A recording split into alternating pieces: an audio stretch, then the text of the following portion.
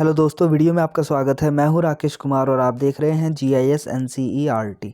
दोस्तों, आज हम हल करने वाले हैं कक्षा 8 के गणित विषय की प्रश्नावली 11.3 के क्वेश्चन नंबर 1 से लेके क्वेश्चन नंबर 5 तक। इन क्वेश्चनों को आज हम इस वीडियो में हल करेंगे। बाकी इससे पहले की जो वीडियो है उसमें मैंने इस प्रश्नावली से संबंधित प्रयास कीजिए के क्वेश्चन करके बताए हैं। अगर आपने अभी तक वह वीडियो नहीं देखी है तो ऊपर आई बटन पर आपको उस वीडियो का लिंक मिल जाएगा। आप लिंक पर क्लिक करके उस वीडियो को देख सकते हो। ठीक है, तो चलिए फिलहाल आज की वीडियो को शुरू करते हैं। ये देखिए, यह है प्रश्नावली का पहला क्वेश्चन। इसमें कहा गया है दो घनाभाकार डिब्बे हैं जैसा कि संलग्न आकृति में दर्शाया गया है। यहाँ पर आप संलग्न आकृति में देख सकते हो दो घनाभाकार डिब्बे हैं। किस डिब्बे को बनाने के लिए कम सामग्री की आवश्यकता है? इनमें से कौन सा डिब्बा है जिसको बनाने के लिए कम सामग्री लगेगी, यानी कि मटेरियल कम लगेगा। ठीक है, तो मटेरियल उसी हिसाब से लगेगा, सामग्री उसी हिसाब से लगेगी जितना इनका कुल पृष्ठीय क्षेत्रफल होगा। ठीक है, तो पृष्ठीय क्षेत्रफल हमें निकालना पड़ेगा इन दोनों डब्बों का। पृष्ठीय क्षेत्रफल निकालने के लिए हमारे पास इनकी विमाएँ होनी चाहिए, मतलब कि लंबाई, चौड़ाई, ऊंचाई ये होनी चाहिए जो कि इसमें दी गई है। तो इसकी मदद से हम इन दोनों का पृष्ठीय क्षेत्रफल निकालेंगे और जिसका पृष्ठीय क्षेत्रफल कम होगा समझो उसमें सामग्री भी कम ही लगेगी। ठीक है, तो चलिए अब इसका आंसर देखते हैं। ये देखिए, ये है प्रश्नावली के पहले क्वेश्चन का आंसर। ये देखिए, ये है प्रश्नावली के पहले क्वेश्चन का आंसर। सबसे पहले हम इसमें लिखेंगे पहले घनाकार डिब्बे के लिए, क्योंकि इसमें दो घनाकार डिब्बे दिए गए हैं इसलिए पहले लिख देंगे पहले घनाकार डिब्बे के लिए, यानी कि जो पहला डिब्बा है उसके लिए हम सॉल्व कर रहे हैं इसको। ठीक है, तो जो पहला घनाकार डिब्बा है उसमें लंबाई है उसकी 60 सेंटीमीटर, चौड़ाई है 40 सेंटीमीटर और ऊंचाई है 50 सेंटीमीटर। ये हमने लिख लिया है। अब हम निकालेंगे इसका कुल पृष्ठीय क्षेत्रफल, जिसका फॉर्मूला होता है 2 ब्रैकेट में LB + BH + HL। ठीक है, अब इसमें वैल्यू रख देंगे। L है हमारे पास 60, B गुणा में है जो कि है 40 प्लस B यानी कि 40 गुणा H यानी कि 50 प्लस H यानी कि 50 गुणा L यानी कि 60। तो ये हमने वैल्यू रख दी है। अब इसको हम सॉल्व कर देंगे। बराबर ऐसे रहेगा, इनकी गुणा करेंगे तो आएगा 2400, इनकी गुणा करेंगे तो आएगा 2000, इनकी गुणा करेंगे तो आएगा 3000। फिर इनको ऐड कर लेंगे, ऐड करोगे तो आएगा 7400, इनकी गुणा करोगे आपस में तो आएगा 14800 वर्ग सेंटीमीटर। तो इस प्रकार से पहले घनाकार डिब्बे का जो कुल पृष्ठीय क्षेत्रफल है वह है 14800 वर्ग सेंटीमीटर। इसको आप TSA1 भी लिख सकते हैं। T का मतलब टोटल, S का मतलब सरफेस, A का मतलब एरिया, टोटल सरफेस एरिया। 1 इसलिए लगाया है क्योंकि ये पहले बॉक्स के लिए है। जब हम दूसरे बॉक्स का पृष्ठीय क्षेत्रफल निकालेंगे तो उसमें वहाँ पे हम 2 लगा देंगे। ठीक है, वो दूसरे का हो गया इसलिए एरिया 2 हो जाएगा, ये एरिया 1 हो गया। ठीक, अब हम ज्ञात करेंगे दूसरे बॉक्स के लिए, दूसरे घनाभाकार डिब्बे के लिए। ठीक है, ये हमने लिख दिया। तो जो दूसरा घनाभाकार डिब्बा है उसमें लंबाई, चौड़ाई, ऊंचाई सब एक ही है 50 सेंटीमीटर, तो इसको हम A बोल सकते हैं। ठीक है, A यानी कि भुजा कितनी है 50 सेंटीमीटर, यानी कि वो एक घन है। ठीक है, तो घन का कुल पृष्ठीय क्षेत्रफल निकालेंगे हम यहाँ पर, तो लिखेंगे कुल पृष्ठीय क्षेत्रफल। ठीक है, फॉर्मूला है इसका 6A²। 6 ऐसे रहेगा, A की वैल्यू रख देंगे 50, उसका स्क्वायर कर दिया, 6 ऐसे रहेगा। 50 का स्क्वायर कर देंगे तो हो जाएगा 2500, इनकी गुणा आपस में करेंगे तो हो जाएगा 15000। ठीक है, तो ये इसका कुल पृष्ठीय क्षेत्रफल आ गया 15000 वर्ग सेंटीमीटर।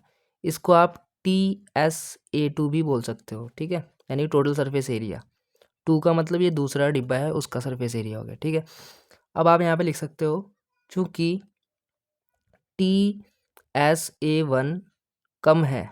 ठीक है, देख सकते हैं ये कम है, ये है 14800 जबकि ये है 15000, तो इसका जो एरिया है वो कम है TSA2 से।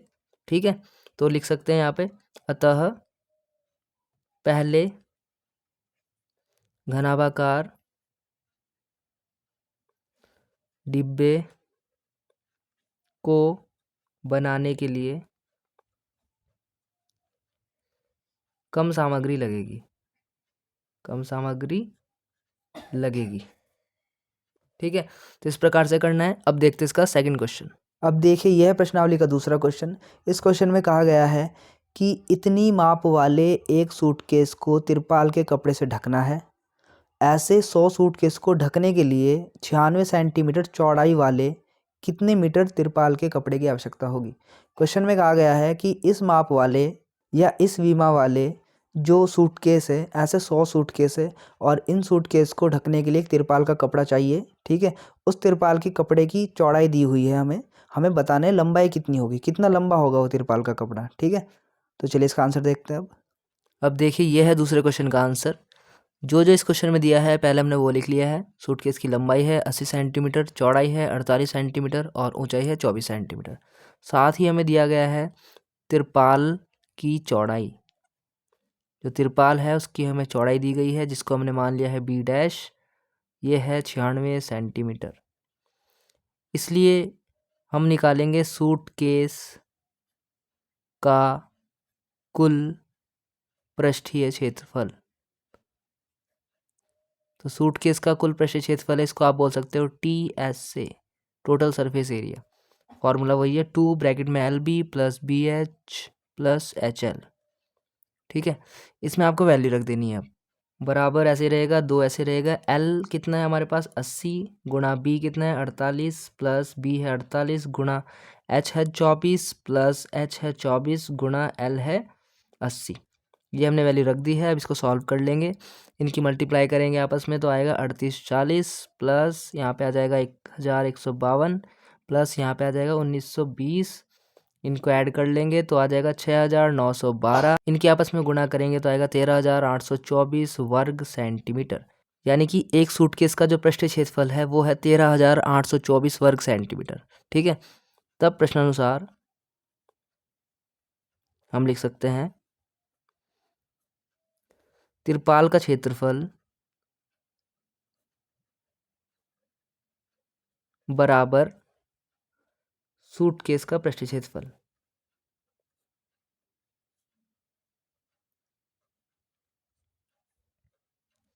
ऐसा हमने क्यों कहा, क्योंकि देखो जो सूटकेस का पृष्ठीय क्षेत्रफल है उस सूटकेस पे तिरपाल लगाई जा रही है। ठीक है, तो तिरपाल का कपड़ा उतना ही चाहिए होगा जितना वो सूटकेस का पृष्ठीय क्षेत्रफल होगा।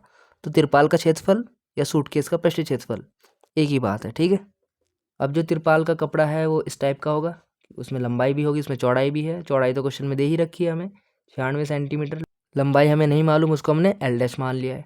ठीक है, तब हम यहाँ पे लिख सकते हैं तिरपाल का क्षेत्रफल L डैश गुणा B डैश, लंबाई गुणा चौड़ाई। ठीक, सूटकेस का पृष्ठीय क्षेत्रफल कितना था 13824। लंबाई का हमें नहीं पता है, चौड़ाई का हमें पता है 96, वो हमने लिख दिया है। बाकी ये वैल्यू ऐसे रही। L डैश हमें निकालना है, ये ऐसे रहेगा 96 आ जाएगा इधर डिवाइड में, इनको आप डिवाइड कर लोगे। डिवाइड करने के बाद जो L डैश की वैल्यू आएगी वो आएगी 144 सेंटीमीटर। इसका मतलब ये हुआ कि जो तिरपाल का जो कपड़ा है उसकी लंबाई हमें पता चल गई। ठीक है, यानी कि जो तिरपाल का कपड़ा एक सूटकेस के लिए यूज़ हो रहा है उसकी लंबाई इतनी है, चौड़ाई हमें पता ही था कितनी है। ठीक है, लेकिन हमें बात करनी है 100 सूटकेस के लिए। ठीक है, कि 100 सूटकेस पे जो तिरपाल लगेगा उसकी लंबाई कितनी होगी। तो चलिए इसका आंसर देखिए, तो समझिए इसको। हम लिखेंगे यहाँ पे, इसलिए 100 सूटकेसों को ढकने के लिए आवश्यक तिरपाल की लंबाई बराबर 144 है एक सूटकेस के लिए। 100 सूटकेस होंगे तो 100 से गुणा हो जाएगी इस लंबाई की, तो हो जाएगा 144 और ये 2 जीरो लग जाएगी 100 की, यानी कि 14400 सेंटीमीटर। लेकिन हमें मीटर में आंसर निकालना है, तो 100 से इसको भाग कर देंगे। 100 से भाग करेंगे तो हो जाएगा 144 मीटर। तो इस प्रकार से 100 सूटकेसों को ढकने के लिए जो आवश्यक तिरपाल की लंबाई होगी वो होगी 144 मीटर। ये इसका आंसर हो गया। ठीक है, अब देखते हैं इसका अगला क्वेश्चन। अब देखिए यह प्रश्नावली का तीसरा क्वेश्चन। इसमें कहा गया है एक ऐसे घन की भुजा ज्ञात कीजिए जिसका पृष्ठीय क्षेत्रफल 600 वर्ग सेंटीमीटर है। ठीक है, तो इसमें एक घन की भुजा हमें ज्ञात करनी है और उस घन का पृष्ठीय क्षेत्रफल हमें दिया हुआ है। ठीक, तो चलिए इसका आंसर देखते हैं। देखिए यह है तीसरे क्वेश्चन का आंसर। जैसे क्वेश्चन में कहा गया है कि घन का पृष्ठीय क्षेत्रफल दिया है हमें, तो घन की भुजा ज्ञात करनी है। तो हमें घन की भुजा नहीं मालूम है, तो घन की भुजा मान लेंगे। ठीक है, तो लिखेंगे माना घन की भुजा ए सेंटीमीटर है। ठीक है, ये हमने मान लिया। और घन का पृष्ठीय क्षेत्रफल दिया हुआ है, वो लिख लेंगे। घन का पृष्ठीय क्षेत्रफल कितना है? 600 वर्ग सेंटीमीटर। तब प्रश्नानुसार घन का पृष्ठीय क्षेत्रफल का फॉर्मूला क्या होता है? 6a² और दिया हुआ कितना है? 600। तो दोनों बराबर लिख सकते हैं वैसे। a² ऐसे रहेगा, 600 ऐसे रहेगा, 6 यहाँ गुणा में इधर आएगा तो डिवाइड में आ जाएगा। ठीक है, डिवाइड कर लो, 100 आ जाएगा यहाँ पे। तो a² बराबर 100, यहाँ से स्क्वायर हटाओगे तो इधर रूट में आ जाएगा 100 है। ठीक है, तो इसका स्क्वायर रूट निकालोगे तो आ जाएगा। तो इस प्रकार से हमने भुजा निकाल दी है उस घन की जिसका पृष्ठीय क्षेत्रफल है 600 वर्ग सेंटीमीटर। ठीक है, तो इस प्रकार से करना है। अब देखते हैं अगला क्वेश्चन। अब देखिए यह प्रश्नावली का चौथा क्वेश्चन। इसमें कहा गया है रुखसार ने इतनी माप वाली एक पेटी को बाहर से पेंट किया। यदि उसने पेटी के तल के अतिरिक्त उसे सभी जगह से पेंट किया हो तो ज्ञात कीजिए कि उसने कितने पृष्ठीय क्षेत्रफल को पेंट किया। ये एक पेटी दे दी गई है, कहा गया है कि इस पेटी को पेंट किया जा रहा है, हर जगह पेंट किया सिवाय इसके तले को छोड़कर, तले पर पेंट नहीं किया। तो बाकी जितने हिस्से पर पेंट किया है उस हिस्से का पृष्ठीय क्षेत्रफल ज्ञात करना है हमें। ठीक है, तो चलिए इसका आंसर भी देखते हैं। अब देखिए यह है चौथे क्वेश्चन का आंसर। जो जो चीज़ें इसमें दी गई है वो पहले लिख लिया मैंने। पेटी की लंबाई L बराबर 2 मीटर, चौड़ाई B 1 मीटर और ऊंचाई 1.5 मीटर। अब हमें निकालना है पेटी का कुल पृष्ठीय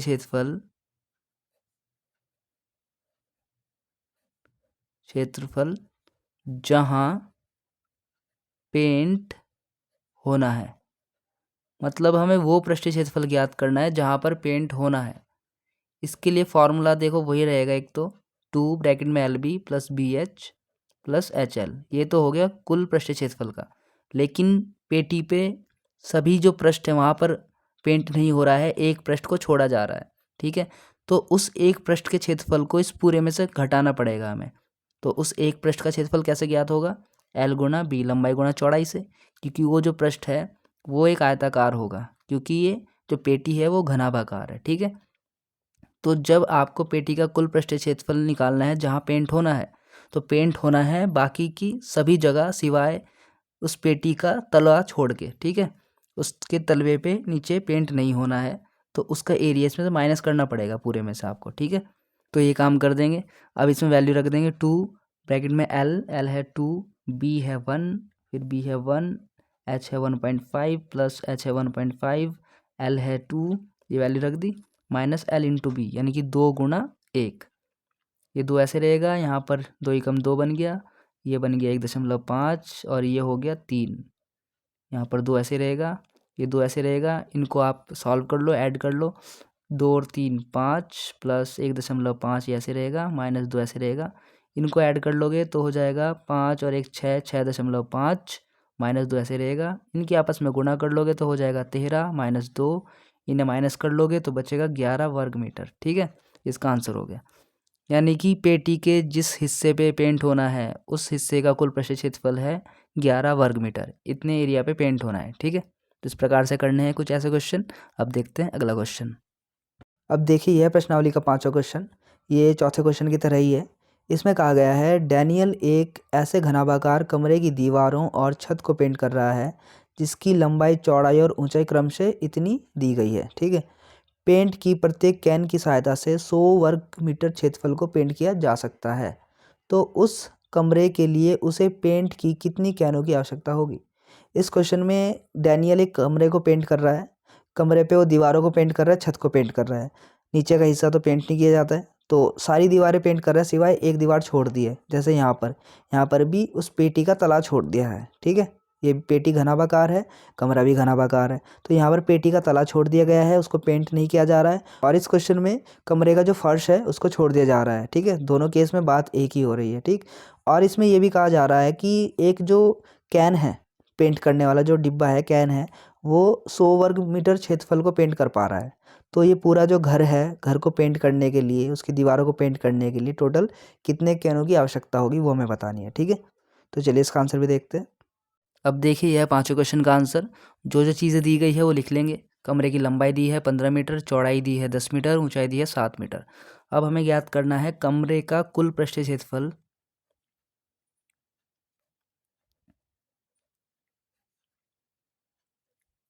जहाँ पेंट होना है, जहाँ पेंट होना है। ये भी क्वेश्चन चौथे क्वेश्चन की तरह ही है, बस इन दोनों क्वेश्चन में अंतर ये है कि इसमें एक कमरा दे दिया, उसमें एक घनाभाकार बॉक्स दे दिया था या पेटी दे दी थी। ठीक है, तो इसमें वही काम करना है। सारी दीवारों पे पेंट हो रहा है सिवाय फर्श को छोड़ करके, तो इसमें वही करेंगे। पूरा जो कुल पृष्ठीय क्षेत्रफल का फॉर्मूला है वो लिखेंगे। ठीक है, ये लिख दिया। इसमें से माइनस कर देंगे जो फर्श का क्षेत्रफल है, यानी कि L गुणा B कर देंगे बस। तो जहाँ जहाँ पेंट होना है उसका एरिया निकल जाएगा, यानी कि फर्श का क्षेत्रफल छोड़ के बाकी सभी जगह पेंट होना है। ठीक है, तो वैल्यू रख देंगे इसमें। L कितना है 15, B कितना है 10 प्लस B यानी कि 10 गुना ऊंचाई जो है 7 प्लस H 7 है गुना L जो है 15। ये सब वैल्यू रख देंगे, रख सकते हो, बहुत आसान है। L की वैल्यू 15 रख देंगे, B की वैल्यू इसमें 10 है। ठीक है, ये वैल्यू पुट कर देंगे, सॉल्व कर देंगे। ये हो जाएगा 150, ये हो जाएगा 70 और ये हो जाएगा 105।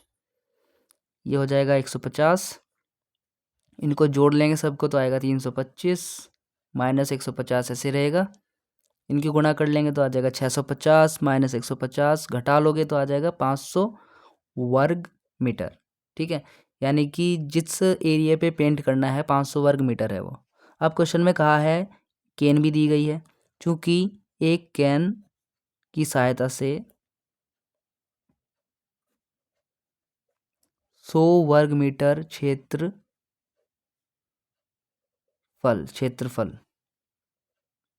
पेंट किया जा सकता है। क्वेश्चन में कहा जा रहा है कि जो एक कैन है पेंट करने वाली, वो जो एक कैन का डब्बा है वो 100 वर्ग मीटर क्षेत्रफल जो है कवर कर रहा है। ठीक है, तो हमें बताना है कि ये पूरा कवर करने में 500 वर्ग मीटर कवर करने में कितनी कैन लग जाएगी। तो सीधी सी बात है, एक कैन 100 वर्ग मीटर स्क्वायर क्षेत्रफल कवर कर रहा है, तो 5 कैन 500 कर देंगे। ठीक है, तो लिख दो, इसलिए आवश्यक कैनों की संख्या बराबर कैसे निकालेंगे। जो ये पृष्ठीय क्षेत्रफल निकला था उसको लिखो, नीचे लिखना है डिवाइड में एक कैन कितना क्षेत्रफल कवर कर रहा है 100, वो लिख दो, डिवाइड कर दो, आ जाएगा 5। ये इसका आंसर हो गया। ठीक है, आप लिख सकते हो, अतः कमरे के लिए पेंट की 5 कैनों की आवश्यकता होगी। ठीक है, तो 5 कैन लग जाएंगे तो वो कमरा पेंट हो जाएगा। ठीक है, तो इस प्रकार से करना है दोस्तों। आज की वीडियो में बस इतना ही, बाकी के जो क्वेश्चन है वो हम करेंगे अगली वीडियो में। तब तक के लिए आप इस वीडियो को देखिए, बताइए वीडियो आपको कैसी लगी। वीडियो अगर अच्छी लगी तो लाइक कर देना, अपने दोस्तों में शेयर कर देना, कमेंट करके भी बताना वीडियो कैसी लगी। और अगर आप इस चैनल पर नए हो तो चैनल को सब्सक्राइब करना मत भूलना, क्योंकि मैं आगे और भी ऐसी एजुकेशनल वीडियो आप सभी के लिए लेकर आता रहता हूँ। ठीक है, तो मिलते हैं आपसे अगली वीडियो में, तब तक के लिए bye, take care, thanks for watching.